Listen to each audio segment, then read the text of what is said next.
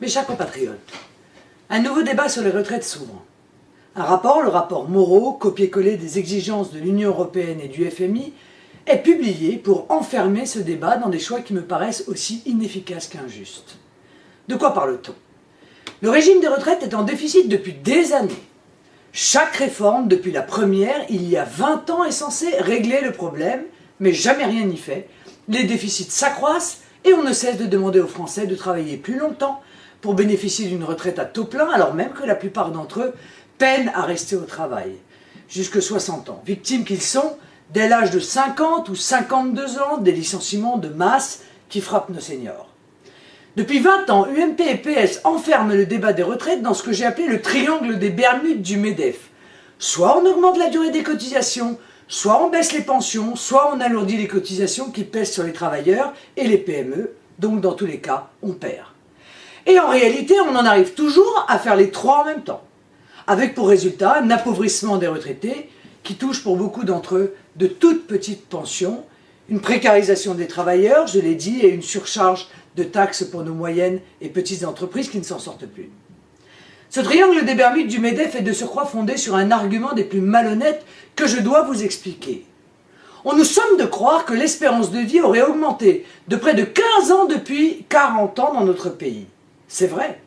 Mais quand on regarde les chiffres dans le détail, on se rend compte que l'espérance de vie après 60 ans, la seule qui ait de l'importance concernant les retraites, n'a gagné que 6 ans en 40 ans, et non 15. Le reste de la hausse salutaire de l'espérance de vie s'explique essentiellement par l'effondrement de la mortalité infantile avant l'âge de 1 an. La nouvelle réforme allongera probablement la durée de cotisation à 43 ou 44 ans, et déjà François Hollande annonce qu'elle sera suivie d'une autre réforme. Bref, elle ne sera pas plus utile que les précédentes sous Sarkozy ou Chirac. Soumis à l'Union européenne et à la grande finance, les gouvernements successifs font fausse route. On le voit bien. Au lieu de relancer la machine, ils passent leur temps à gérer médiocrement la pénurie sur les retraites comme sur le reste, parce qu'il n'y a plus de croissance et qu'il y a un chômage de masse grandissant. Les comptes sociaux et les comptes publics fuient de tous les côtés et ce ne sont pas leurs rustines très injustes qui régleront le problème. Alors je le dis très clairement, mes chers compatriotes, je refuse le triangle des Bermudes du MEDEF. Je refuse l'asservissement au diktat de l'Union européenne et du FMI. Je ne crois plus une seconde aux promesses de l'UMP et du PS, parfaitement d'accord sur la destruction des retraites comme sur le reste, et j'en veux pour preuve d'ailleurs que le 21 mai dernier, au Parlement européen, les députés UMP et PS, main dans la main, et M. Harlem Désir aussi, ont voté ensemble pour mettre en œuvre la retraite par capitalisation et par fonds de pension. Nous ne sommes pas là pour gérer la pénurie, mais pour relancer la machine et faire les économies sur les gaspillages les plus honteux.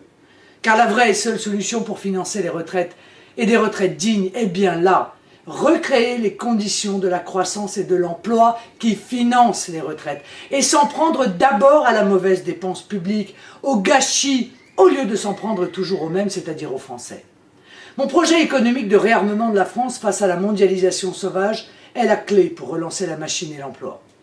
Par un protectionnisme ciblé sur la concurrence internationale déloyale, par une politique monétaire nationale offensive, par un protectionnisme économique au bénéfice du Made in France, par un référendum enfin sur l'Union européenne. Dans le même temps, je ne veux pas faire d'économie sur le dos des plus faibles, mais je veux mettre fin au gaspillage sur le coût immense de l'immigration, de la fraude sociale, de la décentralisation du budget de l'Union européenne, sur le coût des plans de renflouement à répétition de l'euro et des banques. Je ferai ce plan de redressement, le seul utile et juste, et ce n'est qu'après avoir mené à bien, avec les Français, cette mission, que je me sentirai légitime de leur demander éventuellement des efforts supplémentaires ou des sacrifices, si, le cas échéant, je vois que ce qui a été fait ne suffit pas. Nous devons défendre les 40 ans de cotisation pour tous, sans exception, en supprimant les derniers régimes spéciaux parce qu'ils n'ont plus de justification. Je ne veux pas une nouvelle division du peuple français. Organiser une guerre des petits contre les petits, une guerre du privé contre le public, un alignement généralisé vers le bas, Oui, je vous le dis, nous pouvons donner un avenir à nos travailleurs et nos retraités. Nous pouvons renforcer la justice en revenant aux 10 meilleures années dans le privé pour le calcul des pensions, alors que l'UMP avait fait passer cette durée à 25 ans. Et nous pouvons le faire sans dégrader la situation dans le public. Nous pouvons offrir aux générations qui viennent une politique plus ambitieuse que l'hyper-austérité sans but de l'UMP, du PS et de l'Union européenne. Cette politique suppose d'avoir le sens de l'intérêt national et du peuple français.